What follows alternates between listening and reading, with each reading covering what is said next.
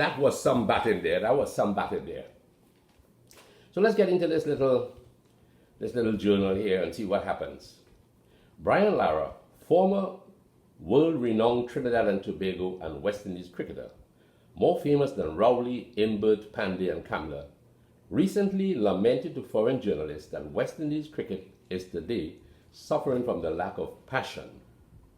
He stressed the invincibility of West Indian players in the 60s, 70s and 80s, the imposing stature of role models then, and his obvious passion to wear burgundy cap, a symbol of brotherhood.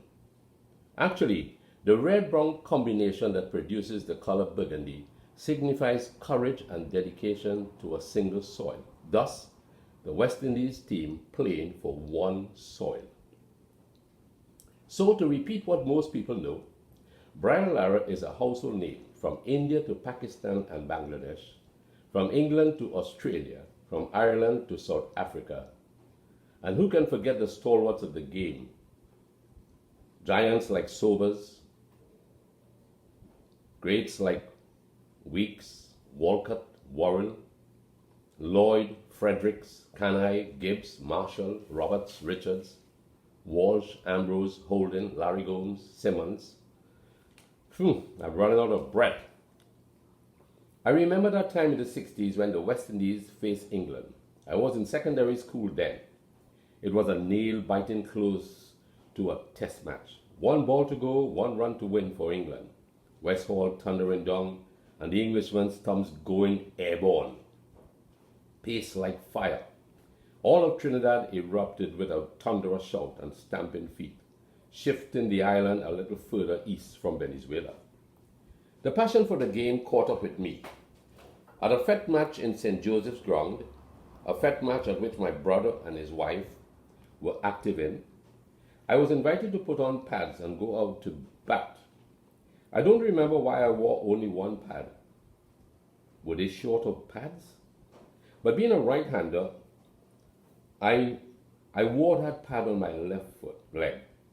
Of all things, the ball zipped through and banked into my right shin. An injury without scoring. My passion was stumped. In later years at the Express, the production department organized an 11-man team to join the Paul Castillo League. Sunday morning, every department seemed to turn out for our match at the Queen's Park Savannah. Enthusiasm was running high. I don't remember the outcome, but the next game promised a bigger fight. We anticipated bold headlines in our favor. 3 players from the Express team turned up for the next match. I remember telling Hannibal Small, editorial staff member, that we had to concede loss, throwing the sponge. Admit that we couldn't handle it. Whatever. Bow out gracefully. Win, lose by default. We were alone out there. No support from family or friends. Where did all the people go? Nah man, Hannibal insisted, we can do it. Plenty enthusiasm, but absolutely no sense. We bowled first. 1 wicket keeper, 1 slip, 1 bowler. After 3 fours, we dropped on all fours because we were all depressed. Forever out of the Castillo League. When writing The Ghost of Cora, it called for cricket research, a more intimate look at the game.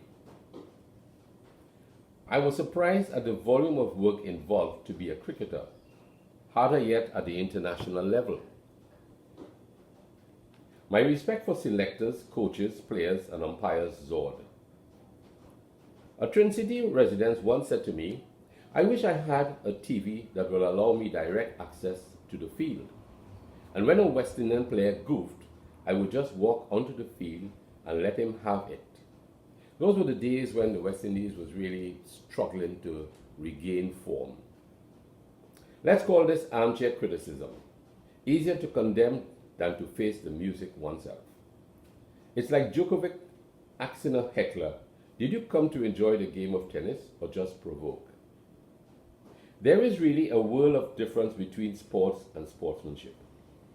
It's unnerving to be a good sportsman or sportswoman.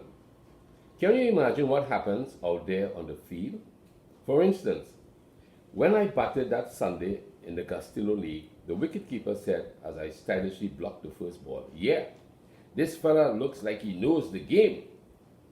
It sounded positive in my favor, but it threw me into a panic. Can I live up to the man's expectations? Was he just being politely sarcastic? Passion. Displaying strong emotion, strong enthusiasm. There's a quality every aspect of our society must demonstrate, from state to private enterprise, from police and other protective services to political arenas, from the big supermarkets to the simple corner parlor, the passion to provide honest, dependable interaction between people of every creed and race in our twin island. So, where does Lulu fit into this business of passion? Simple. In her enthusiasm for improving our marriage right through our 51 years together, in her unselfishness to others, her joy in putting others first, to help others share their dreams, to counsel when dreams fail, to be a mother, sister, aunt, confidant, friend, and neighbor, and above all, a wife with a passion for supporting her husband and home. Let me explain the latter part about the husband. Hey Lou, how are you going? You okay? Yeah, man. Come sit down out there, darling, please. What's going on here? Oh, girl, you will not believe. Sit down in the middle chair there, will you, please? So you could line up with the camera. I know you like the camera, you know. Come here, sit down here and continue with a little story here. You look beautiful today, Louis, as usual. Yes, man. Uh-huh. Very nice, darling, very nice. You could lean forward a bit. Just don't kiss the racket. You're running a racket out, yeah? Yeah. So where does Lulu fit into this business of passion? Hey, like I walk in here at the right time. You walk in at the right time. Simple. In her enthusiasm for improving our marriage right through our 51 years together. I read that already, didn't I? In her unselfishness to others, her joy in putting others first, to help others share their dreams, to counsel when dreams failed, to be a mother, sister, aunt, confidant, friend, and neighbor. You know all them things, yeah? That's what you say, yeah? And above all, a wife with a passion for supporting her husband and household. Let me explain the latter part about the husband, sorry. That's you? Well, I think so. In 1976, 1 year after moving to the east from Port of Spain, where we rented for 4 years, I was prompted to join a tennis team which rented a concrete court behind the then Orange Grove Recreation Club. Left idle by the Orange Grove sugar bosses, later to be used by the home construction company responsible for the Twin City housing development. Today that building has disappeared. My darling wife outfitted me with tennis shoes, shorts, jerseys, head and wristbands, and of course a brand new racket, a Jimmy Connors brand. But you don't have that one here? Ah no, I think I gave that away. Jimmy Connors was a hotshot name then, along with Borg and McEnroe, the left-handed super brat, as a British newspaper once branded him. He was notorious at arguing openly with umpires. Psychologists later claim that such behavior as displayed by McEnroe is an athlete's defense mechanism against emotional pressure. I can't say I never got that far in the game. Imagine, Lou never objected to the hours I spent on the court. From 3 p.m. to 6 on Saturdays, from 4 p.m. to 6 Tuesdays and Thursdays. Honey, I would say. Can I just butt in here just a little bit? Uh-huh. You used to compensate me by taking me to the beach in the morning on a Saturday. Okay. So I took you to the beach on Saturday morning. And you played tennis. And I played tennis on Saturday evening. Yes. Wonderful. I couldn't have a quarrel because I was glad to come home and sleep after the sea bath. Okay. She was glad to come home and sleep after the sea bath, so it was okay for me to go. And I'm saying such nice things. Anyway. Honey, I would say I'm off to tennis. Sure, darling, she would reply, just be careful. No falling, please. Remember your spine. Falling? Acronym, no falling in love too, you know. No, that's not what I wrote here. That's not what I wrote here. She never once felt I might be cheating on her during those hours. And look at I praising you here and you talking about falling for somebody else. It never occurred to me either to do so. It's hard to betray such honest trust. Like the proverb admonishes, devise not evil against thy neighbor who dwelleth securely by thee. Indeed, eh? Granted, though, some have fallen on the sporting fields and in gyms to emotional urgings that later led to domestic upheavals, children paying the heavier price of separation. Surely, I knew Lou was dwelling securely by me and I by her. Therefore, whenever I said or did anything unfairly to offend her, I grieved silently. Fortunately, saying sorry was a strong point in my character. It remains so to this day. Indeed, eh? Back to tennis. Lou shared my rising passion for the game. She wanted me to improve forehand, backhand, volley, and serving. She came to the court and enthusiastically applauded even my worst shots. You remember doing that? Yes. Go get them, Nancy. She would shout from the steps which led to the silent clubhouse.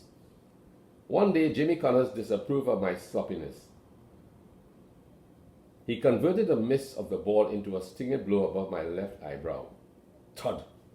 I hope no one saw the incident. Look at blood on your jersey, said the player at the net.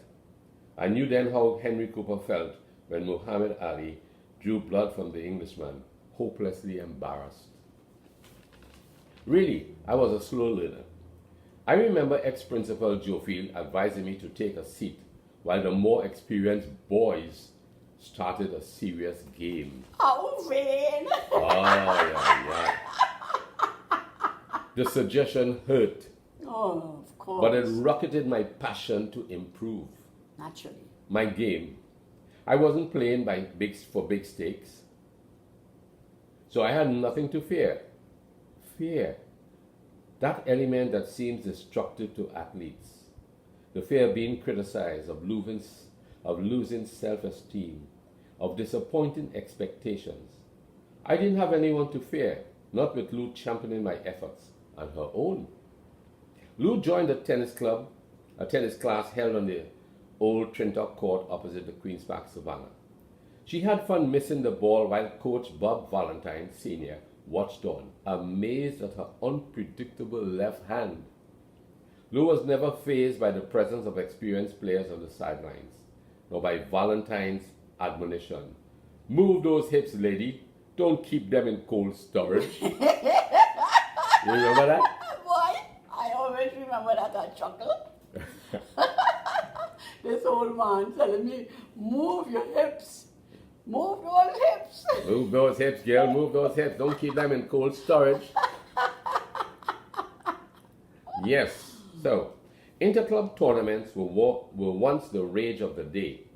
We played on the public courts, colonial clay courts in St. James, Tunapuna Arena, Point Fortin, even on the Moco grounds, Mayaro. The passion drove us forward. The camaraderie kept us together. Age and illness have begun to separate us. Yeah. Thank God I still have Lou. One more before I close. I was advised, to launch out, so I entered the Tranquility Club tournament. Tranquility House at Victoria Avenue in Port of Spain boasted top national players like Alan and Lindy Price and Mike Valdez. I would face rising star Mark Webster.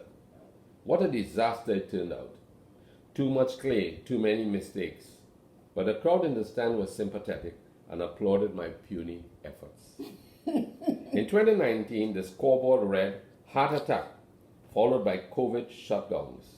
Today, I have more rackets than the Italian mafia. Thank God for Lou. I wonder what's for lunch today, girl.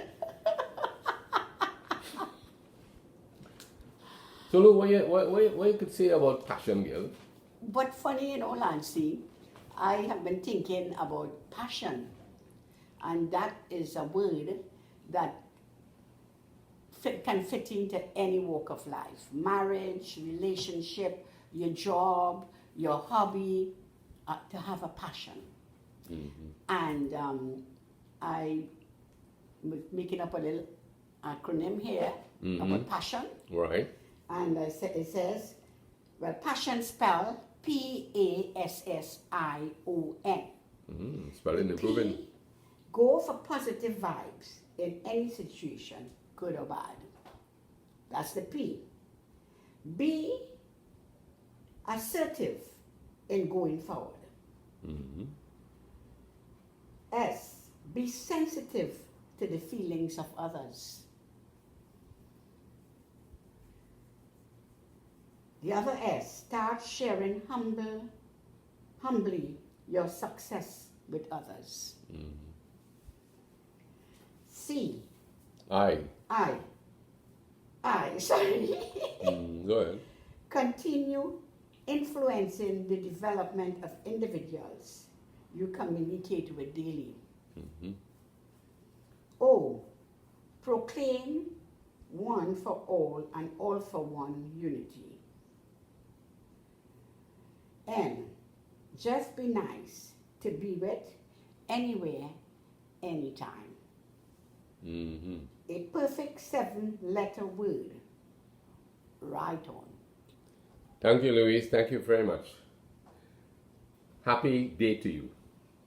Thank you.